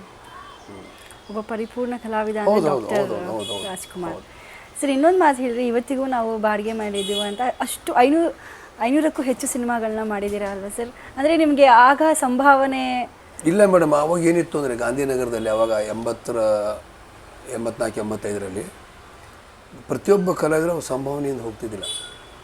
ಹೋಗೋದು ನಮಸ್ಕಾರ ಸರ್, ನಮಗೆ ಚಾನ್ಸ್ ಕೊಡಿ ಸರ್ ಅಷ್ಟೇ. ಆಯ್ತಪ್ಪ, ಇದೇ ಒಂದು 4 ದಿವಸ ಶೂಟಿಂಗ್ ಇದೆ, ಬನ್ನಿ ಹೇಳ್ತೀನಿ, ಅದು ಖುಷಿ ನಮಗೆ. ಒಂದೇನು ಎಲ್ಲಿ ದುಡ್ಡು ಕೇಳಿದ್ರೆ ಪಾತ್ರ ಕೊಡ್ತಾರೆ ಇಲ್ಲೋ ಅನ್ನೋ ಭಯ. ನಾನು ಒಬ್ಬನಿಗೆ ಎಲ್ಲ ಕಲಾವಿದರು ಸರ್ ಪೇಮೆಂಟು, ಹೌದಾ ಪೇಮೆಂಟ್ ಆಯ್ತಪ್ಪ ಆಮೇಲೆ ಹೇಳ್ತೀವಿ ಅಂತ ಹೇಳಲಿಲ್ಲ ಅಂದರೆ ಏನು ಮಾಡೋದು. ಇದು ಈಗ ಮೇಡಮ್ ಅವಾಗೇನು ನಾವೇನು 80 ದಶಕದಲ್ಲಿ ಎಲ್ಲರೂ ಬಂದೀವಿ, ಎಲ್ಲರ ಜೀವನವೂ ಹಾಗೆ. ಈಗೇನ ಈಗ ಬಂದವರಿಗೆ ಒಂದು ಇಷ್ಟು ಅಂತ ಒಂದು ನಿಗದಿ ಆಗಿದೆ. ನಮ್ದು ಆಗ ನಿಗದಿ ಇದ್ದಿಲ್ಲ. ಈಗ ನಮ್ಮ ಪಾತ್ರಗಳು ಸಿಕ್ಕರು ಆದರೂ ಹಾಗೆ ಜರ್ನಿ ಬಂದಿದ್ದೀವಿ. ಹೆಂಗೆ ತೊಳ್ಕೊಂಡು ಆಯಿತು. ಒಂದೇನಾಗುತ್ತೆ ಮೇಡಮ್, ಇಲ್ಲಿ ಕಲಾವಿದರಿಗೆ 1 ದಿವಸ ಕೆಲಸ ಇರುತ್ತೆ, 4 ದಿವಸ ಇರೋಲ್ಲ. ಮ್ಯಾನೇಜ್ ಮಾಡಬೇಕು. ಮನೆ ಬಾಡಿಗೆ ಇರ್ಬೋದು, ನೀರಿರ್ಬೋದು, ಕರೆಂಟ್ ಇರ್ಬೋದು, ಮಕ್ಕಳಿರೋರು, ವಿದ್ಯಾಭ್ಯಾಸ ಇರ್ಬೋದು, ಊರಿಗೆ ಹೋಗೋದು ಬರೋದು, ಜಾತ್ರೆ, ಬಟ್ಟೆ, ಮತ್ತೊಂದು ಮರೆಯೋದು, ಆಸ್ಪತ್ರೆ, ಇವೆಲ್ಲ 108 ಇರ್ತವೆ ಸಂಸಾರ ಅಂದಮೇಲೆ. ಬಟ್ ಅದು ನಿಭಾಯಿಸೋದು ತುಂಬ ಕಷ್ಟ ಆಯಿತು. ಒಂದೇನೆಂದರೆ ಕಲಾವಿದ ಆದವನು ಯಾವುದೋ ಅಭ್ಯಾಸಗಳಿರಬಾರ್ದು. ಅಭ್ಯಾಸಗಳಿತ್ತು ಅಂದರೆ ಕಷ್ಟ. ಎಲ್ಲ ಏನೋ ಈ ಅಭ್ಯಾಸಗಳು ಏನಿವೆ, ಬೀಡಿ ಸಿಗರೇಟು ಕೊಡ್ತಾ ಇವೆಲ್ಲ ಇದ್ದರೆ ಏನಾಗ್ತವೆ, ಕೆಲಸ ಇರಲ್ಲ. ಅವತ್ತೊಂದು 200, 300, 500 ರೂಪಾಯಿ ಬೇಕು ಅಂದ್ಕೊಳ್ಳಿ, ಎಲ್ಲಿಂದ ತರೋದು? ಒಂದು 500 ಅಂದ್ಕೊಳ್ಳಿ, ತಿಂಗಳಿಗೆ 15,000 ಅದೇ ಆಯಿತು. ದುಡಿಯೋದು, ಬಾಡಿಗೆ, ನನ್ನ ಪ್ರಕಾರ ನನ್ನ ಅನಿಸಿಕೆ ಅದು ನನಗೇನು ಯಾವುದು ಅಭ್ಯಾಸ ಇರ್ತಿದ್ರೆ ಸ್ವಲ್ಪ ಒಳ್ಳೆಯದು ಅಷ್ಟೇ. ಬೆಂಗಳೂರಿಗೆ ಬಂದು ಎಷ್ಟು ವರ್ಷ ಆಯಿತು ಸರ್ ನೀವು? ಆಯಿತು ಬೆಂಗಳೂರು ನಾನು 84-85 ಇಸ್ವಿಯಿಂದ ಪಾತ್ರ ಮಾಡ್ತಾಯಿದ್ದೀನಿ. ಆಗಲೇ ಬೆಂಗಳೂರಿಗೆ ಬಂದಿದ್ರು? ಮೊದಲೇ ಬಂದಿದ್ದೆ. ಮೊದಲೇ ಒಂದು 2-3 ವರ್ಷ ಓಡಾಟ, ಗಾಂಧಿನಗರ ಪರಿಚಯ ಎಲ್ಲ ಸೈಕಲ್ ಹೊಡೆದು ಓಡಾಡಿ ಏನೇನು ಅನುಭವಿಸ್ಬೇಕು ಅಷ್ಟೇ ಎಲ್ಲವೂ ಅನುಭವಿಸ್ಬಿಟ್ಟಿದೆಲ್ಲ.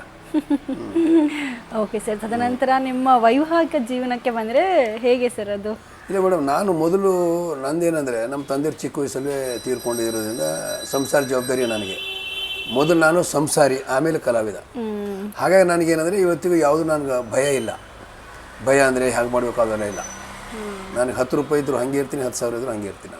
ನಾನು ಹೆಂಗೆ ಮಾಡೋಣ, 10,000 ಇದ್ದ ತಕ್ಷಣ ಏನು ಖುಷಿ ಪಡೋಲ್ಲ, 10 ರೂಪಾಯಿ ಇದೆ ಅಂದ ತಕ್ಷಣ ಮುಖ ಸೊಪ್ಪೆ ಮಾಡ್ಕೊಂಡು ಓಡಾಡಲ್ಲ. ಅದು ಮೊದಲಿಂದ ಬಂದುಬಿಟ್ಟಿದೆ ಮೇಡಮ್. ಅದು ಭಯ ಆಯಿತು. ನಮಗೆಲ್ಲ ಏನಿದೆ ಅಂದರೆ ಸಿನಿಮಾ ಬಿಟ್ಟು ನಂದು ಬಿರಾದಾರ ಮಿತ್ರ ಮಂಡಳಿ ಟ್ರೂಪ್ ಇದೆ, ಆಮೇಲೆ ನಾಟಕ ಕಂಪ್ನಿ ಇದೆ, ಬೇರೆಯವ್ರ ತಂಡಗಳಿದೆ, ಆಮೇಲೆ ನಾಟಕ ಕಂಪ್ನಿಗೆ ಹೋಗ್ತೀನಿ, ಹಳ್ಳಿ ನಾಟಕ ಹೋಗ್ತೀನಿ, ಜಾತ್ರೆ ನಾಟಕ ಹೋಗ್ತೀನಿ, ಗೆಸ್ಟ್ ಆಗೋಗ್ತೀನಿ, ಇವೆಲ್ಲ ನನಗಿದೆ ಸುತ್ತ. ಆಮೇಲೆ ಏನಾದರೂ ತೊಂದರೆ ಬಂದಾಗ ಬೆನಿಫಿಟ್ಸ್ ಹಾಕ್ಕೊಂಡು ಜೀವನ ಮಾಡ್ಕೋತೀನಿ. ಹೀಗಾಗಿ ನಮ್ಗೆ ಅದ್ರ ಬಗ್ಗೆ ಭಯ ಇಲ್ಲ. ಹಾಗಾಗಿ ಅದು ಜರ್ನಿ ಇಲ್ಲಿವರೆಗೆ ಬಂದಿದೆ. ಏನು ಅಭ್ಯಾಸಗಳಿದ್ರೆ ಏನಾಗುತ್ತೆ ಅಂದರೆ ನಮಗೆ ದಿನ 300-500 ಬೇಕಂದ್ರೆ ಕಷ್ಟ ಆಗುತ್ತೆ.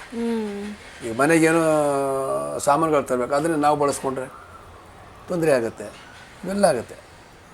ಓಕೆ, ಸೊ ಅದು ನಿಜಾನೇ ಸರ್.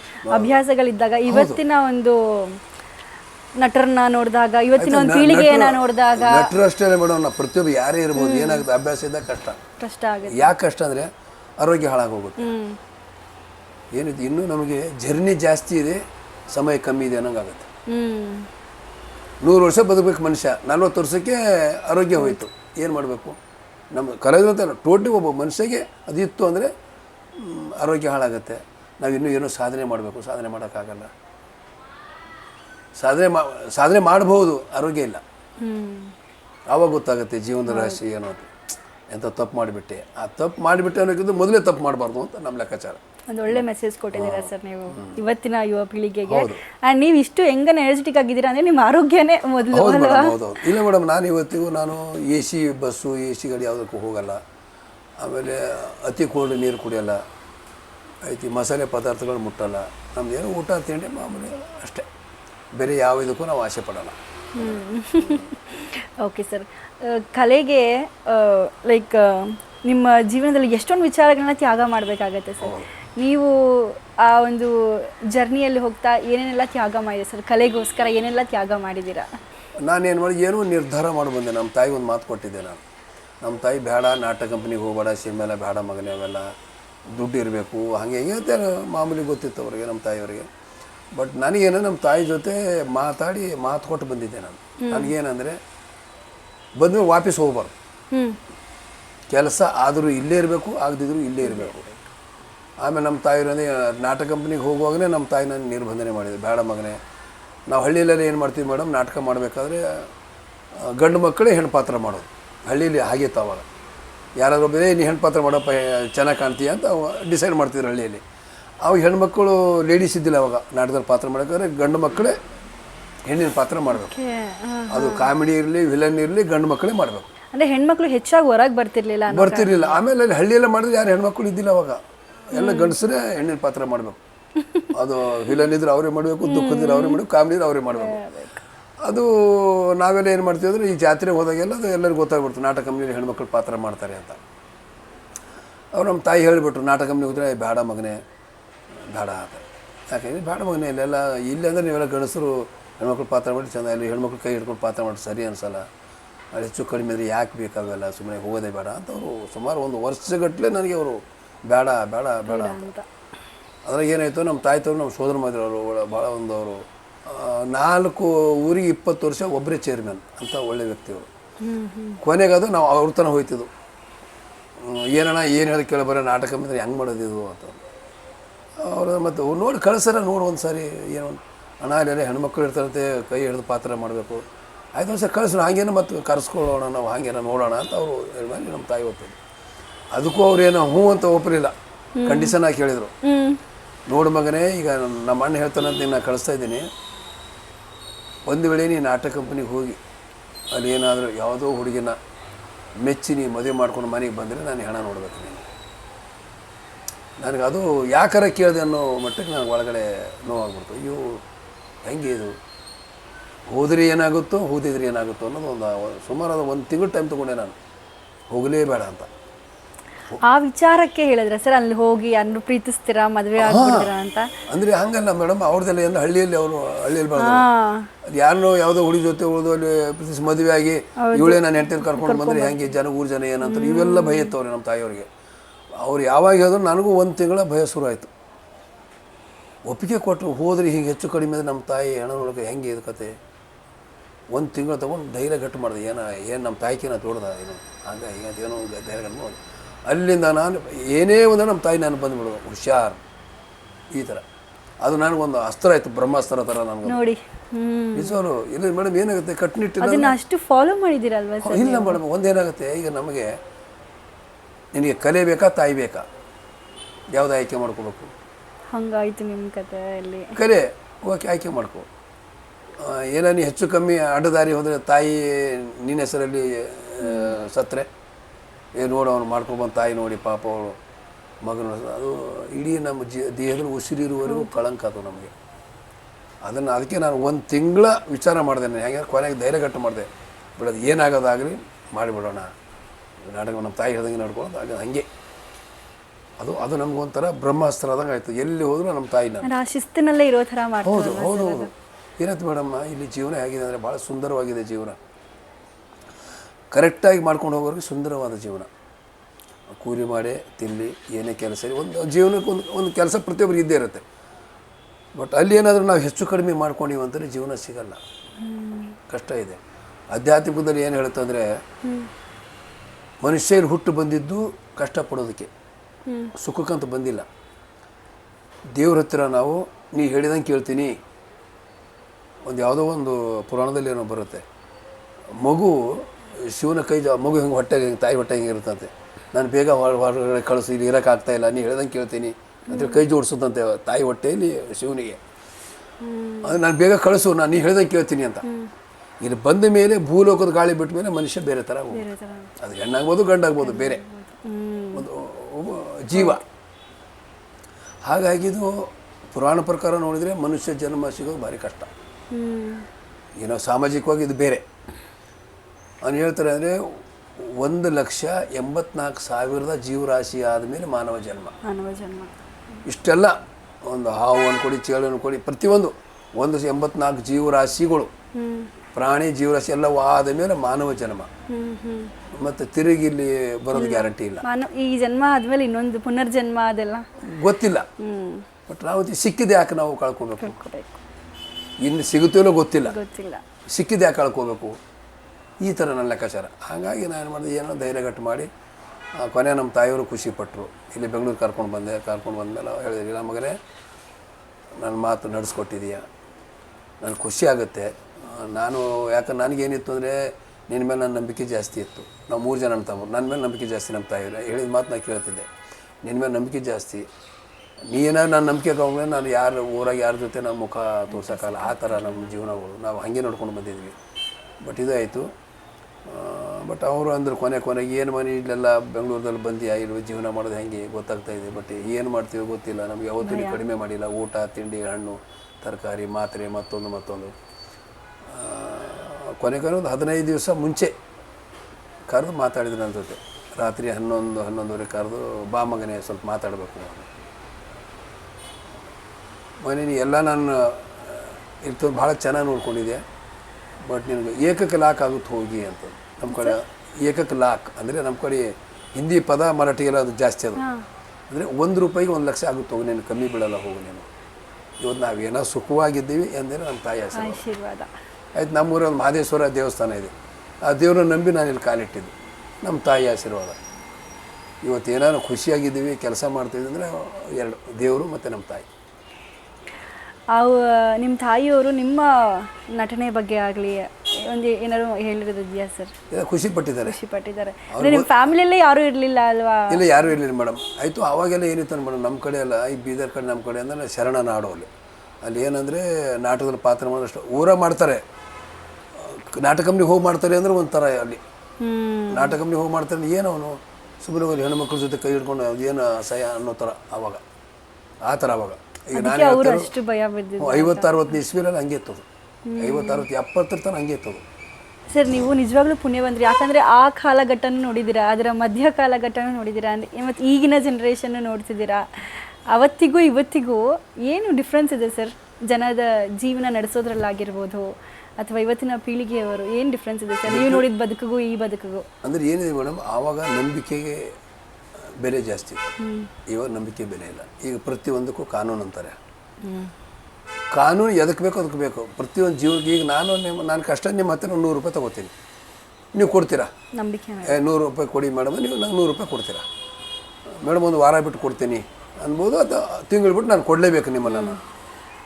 ಈಗೇನಾಗಿದೆ, 100 ರೂಪಾಯಿ ಕೊಡ್ತೀನಿ, ನಾಳೆ ಕೊಡ್ತೀನಿ, ಯಾವಾಗ ಕೊಡಿ, ನೀನು ದುಡ್ಡು ಕೊಟ್ಟಿಲ್ಲ ಹೋಗು ಅಂದರೆ ಏನು ಪ್ರೂವ್ ಇದೆ ಅನ್ನೋ ಥರ. ಆಗ ಪ್ರೂವ್ಕ್ಕಿಂತರೂ ವ್ಯಕ್ತಿ ನಂಬಿಕೆ ಕಳ್ಕೊಬಾರ್ದು. ಇವತ್ತು 100 ಕೊಟ್ಟಿದ್ದಾರೆ, ನಾಳೆ 1000 ಕೊಡ್ತಾರೆ, ಇದ್ರ ಮೇಲೆ ಹಂಗೆ ಹೋಗ್ತಾಯಿತ್ತು.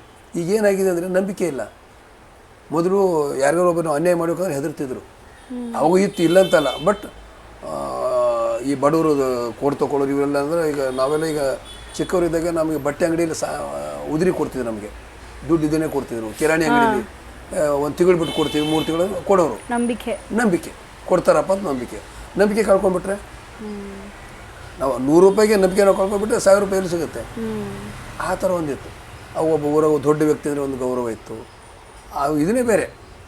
ಈಗೇನಾಗಿದೆ ಕಮರ್ಷಿಯಲ್, ಈಗೇನಾದರೂ ಯಾರು ಸಹಾಯ ಮಾಡಬೇಕು ಅಂದರೆ ಅವನಿಗೆ ಏನು ಲಾಭ? ನನಗೆ ಅವ ಸಹಾಯ ಮಾಡ್ಕೊ, ಪಾಪ ಕಷ್ಟ ಸಹಾಯ ಮಾಡ್ತಾನೆ. ಅವಾಗ ಏನು ಮಾಡ್ತೀನಿ ಮೇಡಮ್, ಊರಾಗೆಲ್ಲ ಯಾರೋ ಹೊಸ ವ್ಯಕ್ತಿ ಹಿಂಗೆ ಓಡಾಡ್ತಾ ಇದ್ದರೆ, ಊರು ಗೌಡ್ರಾಗಲಿ ದೊಡ್ಡ ಅವಾಗೆಲ್ಲ ಊರು ಗೌಡ್ರು ಮತ್ತು ಊರಕ್ಕೆಲ್ಲ ಒಳ್ಳೆಯ ಜನಗಳಿದ್ರು. ಅವು ಆ ವ್ಯಕ್ತಿ ಕರೀಲಿ, ನೋಡ್ತಾರೆ, ಒಂದು ತಾಸು ಓಡಾಡ್ತಾರೆ, ಕರೀಲಿ, ಬಾರಪ್ಪ ಕೂತ್ಕೊ, ಏನು ಸಮಾಚಾರ, ಯಾವ ಊರಿನಿಂದ ಇಂಥದ್ದು, ಯಾಕೆ ಬಂದೆ? ಕೆಲಸ ಇಲ್ಲರಿ, ಬಂದಿದ್ದೀನಿ. ಊಟ ಮಾಡ್ದಾ? ಇಲ್ಲ ರೀ, ನಂಗೆ ಯಾರೂ ಪರಿಚಯ ಇಲ್ಲ. ಹೋಗಿ ಊಟ ಮಾಡಿಸ್ಕೊಂಡು ಬಾ, ದೊಡ್ಡ ಮನೆ, ಊಟ ಮಾಡಿ ಹೇಳಪ್ಪ ಏನು ಕೆಲಸ ಮಾಡ್ತೀನಿ? ನಮ್ಮಲ್ಲಿ ಕೆಲಸ ಮಾಡು, ನಾ ಕೂಲಿ ಕೊಡ್ತೀವಿ, ಇಲ್ಲೇ ಕೆಲಸ ಮಾಡು. ಅವನು ಯಾರು ಏನು ಕಳ್ಳ ಅಂತ ಆ ಭಾವನೆನೇ ಇದ್ದಿಲ್ಲ. ಈಗ ಒಬ್ಬ ವ್ಯಕ್ತಿನ ತೊಗೋಬೇಕಾದ್ರೆ ಯಾವ ಊರಿನಿಂದು, ಯಾವ್ದಾದ್ರು ಸೂರುಟಿ ಕೊಡು, ಕೆಲಸ ಕೊಡ್ತೀವಿ, ಅನುಮಾನಿಸಿ ನೋಡ್ತೀವಿ ಇವತ್ತೊಂದು. ಈಗ ಸೂರುಟಿ ಇದ್ದಲ್ಲಿ ಕೆಲಸನೇ ಇಲ್ಲ ಮೇಡಮ್. ಈಗ ನಾವು ಏನಾದರೂ ಒಂದು ಮನೆ ಕಟ್ಟಬೇಕಂದ್ರೆ ಸೂರುಟಿ ಕೊಡಿ, ದುಡ್ಡು ಬೇಕು ಸೂರುಟಿ ಕೊಡಿ ಅಂತಾರೆ. ಅವ ಮನೆ ಕಟ್ತೀವಿ ಅಂದರೆ ಎಷ್ಟು ಬೇಕು 5 ಸಾವಿರ ತೊಗೊಂಡು ಹೋಗುವ ಅಂತೀವಿ. ಸೂರುಟಿನೇ ಇಲ್ಲ, ನಂಬಿಕೆನೇ ಸೂರುಟಿ. ಅವು ಏನಾಗಿದೆ, ಆವಾಗಿಂದ ಇದನ್ನೇ ಬೇರೆ. ಆವಾಗ ಹಣ ಇರಲಿಲ್ಲ, ದವಸ ಧಾನ್ಯಗಳಿತ್ತು. ಇವಾಗ ಹಣ ಇದೆ, ದವಸ ಧಾನ್ಯ ಇಲ್ಲ. ಅವಾಗ ಬಿತ್ತನೆಗೆ ಬೀಜ ಅಂತ ಕೊಡೋರು ರೈತರು. ಅವು ಏನಾರು ಹೋದರೆ ನಮ್ಗೆ ಇಷ್ಟು ಬೇಗ ತೊಗೊಂಡು ಹೋಗಪ್ಪ ಅಂತಿರೋ. ಅವ್ರಿಗೆ ಸ್ವಲ್ಪ ನಂಬಿಕೆ, ಬೇಡಪ್ಪ ಅವ್ನು ವ್ಯಕ್ತಿ ಸರಿ ಇಲ್ಲ, ಅಷ್ಟೇ, ಬೇಡ ಅವ್ನ ವ್ಯಕ್ತಿ ಸರಿ ಇಲ್ಲ, ಈ ಥರ ಇತ್ತು. ಬಟ್ ಈಗ ನಂಬಿಕೆ ಅನ್ನೋದಕ್ಕೆ ಗೌರವನೇ ಇಲ್ಲ. ಈಗ ನಂಬಿಕೆ ಅಂದರೆ ಇವನೇನು ಹಳೆಯ ಕಾಲದವನು ಅಂತಾರೆ ಈಗ ನಂಬಿಕೆ ಅಂದರೆ. ಬಟ್ ನಂಬಿಕೆ ಮೇಡಮ್, ಒಂದು ನಂಬಿಕೆ ಎಷ್ಟು ಬೆಲೆ ಕಟ್ತೀರಾ ನೀವು? ಒಂದು ನಂಬಿಕೆ ಎಷ್ಟು ಬೆಲೆ ಕಟ್ಬೋದು ಒಬ್ಬ ವ್ಯಕ್ತಿಗೆ? ಈಗ ನೋಡಿ, ನಮಗೆ ಅಣ್ಣವ್ರು ನಂಬ್ಕೊಂಡು ನಾವು ಬಂದಿದ್ವಿ, ನಮ್ಗೆ ಗೊತ್ತಿಲ್ಲ, ಅವ್ರಿಗೆ ಮಾತಾಡಿಲ್ಲ. ಬಟ್ ಆ ನಂಬಿಕೆ ಇವತ್ತು ಎಲ್ಲಿಗೆ ಕರ್ಕೊಂಡ್ಬಂದು ಅನಿಸುತ್ತೆ? ನಂಬಿಕೆನೇ ಅಲ್ವ ಅದು? ಏನೇ ಮೇಡಮ್, ಒಂದು ನಂಬಿಕೆಗೆ ನಾವು ಬೆಲೆ ಕಟ್ಟೋಕ್ಕಾಗಲ್ಲ. ಈಗ ಒಂದು ಮನೆ ಇದೆ, 1 ಕೋಟಿ ಅಂತ ಹೇಳ್ಬೋದು, 10 ಕೋಟಿ ಅಂತ ಹೇಳ್ಬೋದು. ಒಬ್ಬ ನಂಬಿಕೆಗೆ ಬೆಲೆ ಕಟ್ಟೋಕ್ಕೆ ಆಗಲ್ಲ. ನೀವು ನಾಟಕ ರಂಗದಲ್ಲಾಗಿರ್ಬೋದು, ಕಲಾವಿದನಾಗಿ ಕೆಲವೊಂದು ನಿಮ್ಮ ಬೇರೆ ಇಂಟರ್ವ್ಯೂಗಳನ್ನ ನೋಡಿದಾಗ ಕೆಲವೊಂದು ವಿಚಾರಗಳು ಹೇಳಿದ್ದೀರಾ. ಆಗ ಒಂದು 20 ರೂಪಾಯಿ ಕೊಟ್ಟರೆ ಅದರಲ್ಲಿ ನೀವೆಲ್ಲ ಅಡ್ಜಸ್ಟ್ ಮಾಡಿ ಜೀವನ ಸಾಗಿಸ್ಬೇಕಿತ್ತು ಅನ್ನೋ ಒಂದು ವಿಚಾರನ, ಅವತ್ತಿನ ಸಂಭಾವನೆ 20 ರೂಪಾಯಿ ಐತೆ ಸರ್ ಆಗ? ಇಲ್ಲ ಮೇಡಮ್, ಆವಾಗ ನಾನು ನಾಟಕ ಇದಕ್ಕೆ ಸಿನಿಮಾಗೆ ಬಂದಿಲ್ಲ. ನಾನು ಆವಾಗಿನ್ನು ನಾನೇನು ಮಾಡಿದ್ದೆ ಅಂದರೆ, ನಾಟಕ ಕಂಪ್ನಿ ಬಿಟ್ಟು ಬಂದಾಗ ಏಕಪಾತ್ರ ಅಭಿನಯ ಮಾಡ್ತಿದ್ದೆ.